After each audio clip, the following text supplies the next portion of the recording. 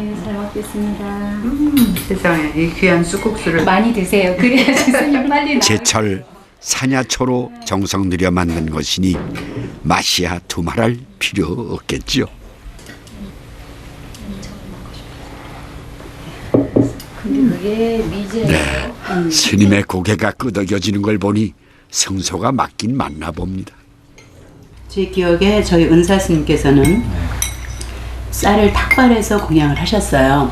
이렇게 쌀을 탁발해서 공양을 하셨을 때인데 일주일에 한 번은 꼭 국수를 저녁에 해잡으셨어요. 쌀을 전략하는 그런. 선생님 완벽한 맛이 진짜 잘 보이네요. 전하긴 스님들은 신세대가 돼서 네. 피자를 되게 좋아해요. 간식으로. 예. 전에는 진짜 감자 삶거나 고구마 삶아서 이렇게 먹고 그런 게 간식이었는데 이제 요즘 시대가 또 그렇게 하니까 그래도 그 사찰에서만큼은 어떤 전통적인 그 우리의 전통 음식을 이렇게 지키고 그렇게 해야 되겠다는 그런 생각은 들어요. 특히 이제 뭐 기본적인 밑반찬 종류나 간장, 된장 이런 거 사서 먹지 않고 직접 담궈서 이렇게 먹고 그런 부분들 우리가 지킬 수 있는 그런 우리의 그 전통 음식 이런 것은 그래도 절집에서 지켜져 나가야 된다고 그렇게 생각을 합니다. 예. 사찰 음식의 기원은 불교가 전해진 삼국시대로 거슬러 올라갑니다. 불교 문화가 들어오면서 살생을 금하고 육식을 못하게 하는 계율로 식생활에 영향을 끼치게 됩니다.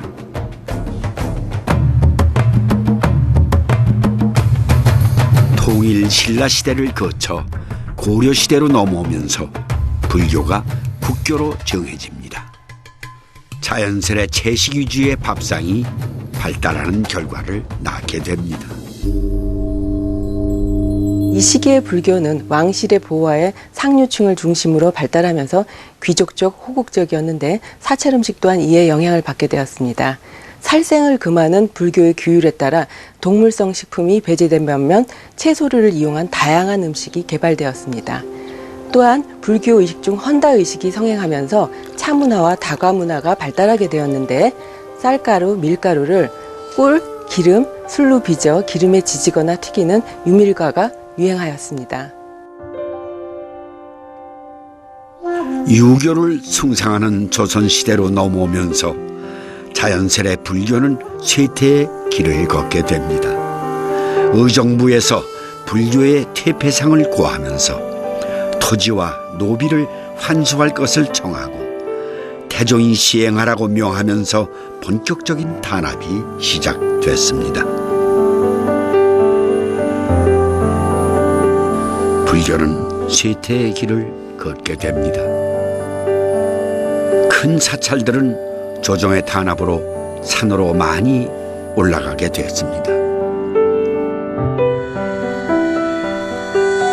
조선시대에는 더 깊게 산으로 들어가다 보니까 산에 나는 나물들을 더 많이 먹게 되고 그러죠. 근데 그 산에 나는 나물을 그러면 스님들이 모르잖아요. 그죠? 근데 그게 이제 스님들이 육식을 하지 않으면서 하는 공덕이다 이렇게 이야기하는데 육식을 하지 않으니까 짐승들이 스님들을 두려워하지 않는 거예요. 그 짐승하고 스님하고 친구야. 그럼 산에 가면 짐승이 따먹는 거, 아, 저건 먹어도 되겠구나. 아, 저렇게 아프니까 저걸 먹으니까 낫네? 그럼 그 다음서부터 그거를 갖고 치료도 하기도 하고 먹기도 하고 그렇게 발달하게 되는 거죠. 사찰밥상은 수행하는 스님들의 변고를 막기 위한 음식이라는 이야기를 합니다.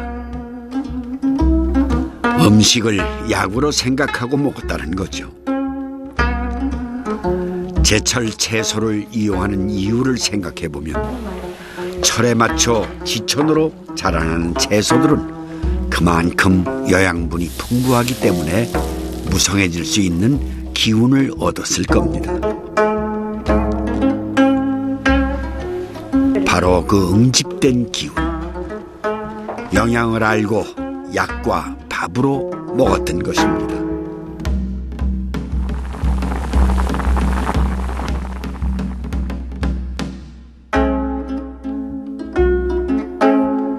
봄과 여름에는 사냐초 잎과 줄기로 원기를 돋우고 가을에 거둔 곡식과 열매로 겨울 몸보양했던 사찰 음식은 스님들의 지혜가 담긴 밥상입니다.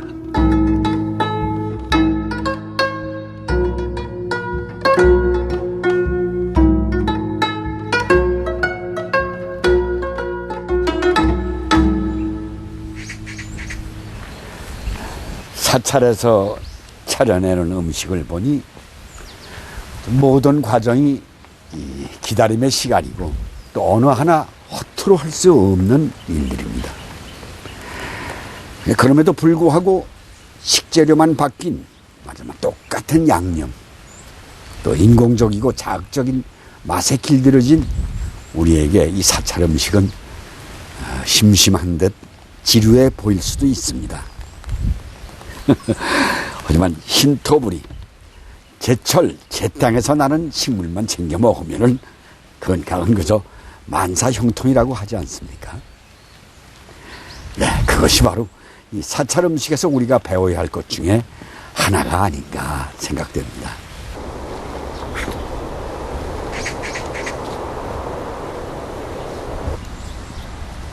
사찰 밥상은 기본에 충실한 음식이고 그 기본은 자연입니다. 수도사의 정문 스님이 뒷동산을 산야초밭으로 가꾸는 이유입니다. 옮겨 심으면 20년까지 키울 수 있어요. 그게 장생 도라지라는 거예요, 그게. 예. 지금 이제 보면 3년대이기 때문에 지금 새순이 이렇게 올라오니까 조그맣게 보이지만 뿌리는 또 대단히 튼실합니다. 정말 크다, 그거서. 분질어졌네요. 이렇게 미쳐야 돼, 이거. 한 번 더 캐면 잘 캘 것 같죠? 세월의 변화는 많은 것을 바꾸어 놓았지만 자연의 뜰에서 먹을거리를 거둬들이는 사찰 밥상의 기본은 바꾸지 못했습니다.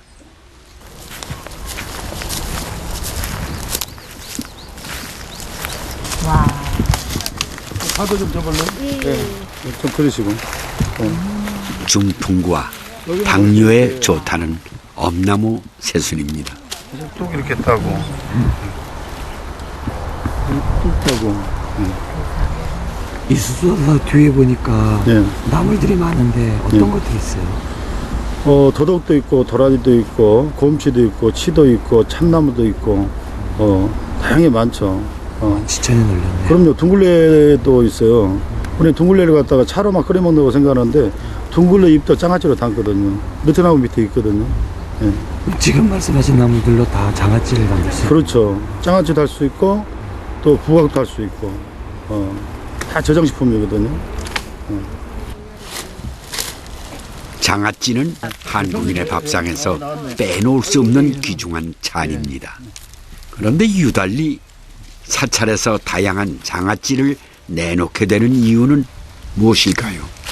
육류나 어패류보다 맛이 떨어지는 채식을 맛있게 먹기 위해서 발달된 것이 바로 장류고 간장, 된장, 고추장에서 다양한 된장, 간장, 고추장이 발달되게 됩니다.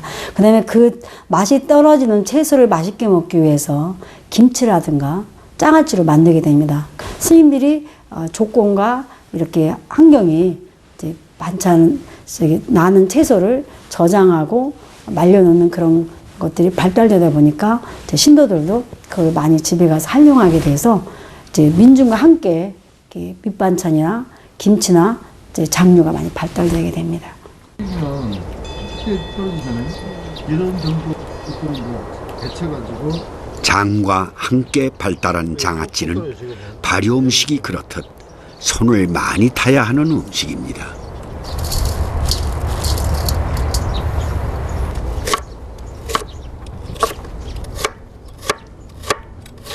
연근 장아찌를 만들 때는 먼저 식초를 넣은 물에 연근을 데쳐야 합니다. 식초는 그 연근 특유의 아릿한 맛이 있어요. 유독물질이고 사실은 그게. 그래서 그걸 갖다가 중화시켜 주려면은 식초가 딱 궁합이 맞는 거예요. 음식 궁합은 독성을 제거하고 약성분을 강화시켜 줍니다. 여기 물기를 머금어 있는데 어떻게 장아찌를 담겠어요? 물기를 빼주려면은 절이는 수밖에 없어요. 된장과 고추장을 이용하는 장아찌는 채소며 나무를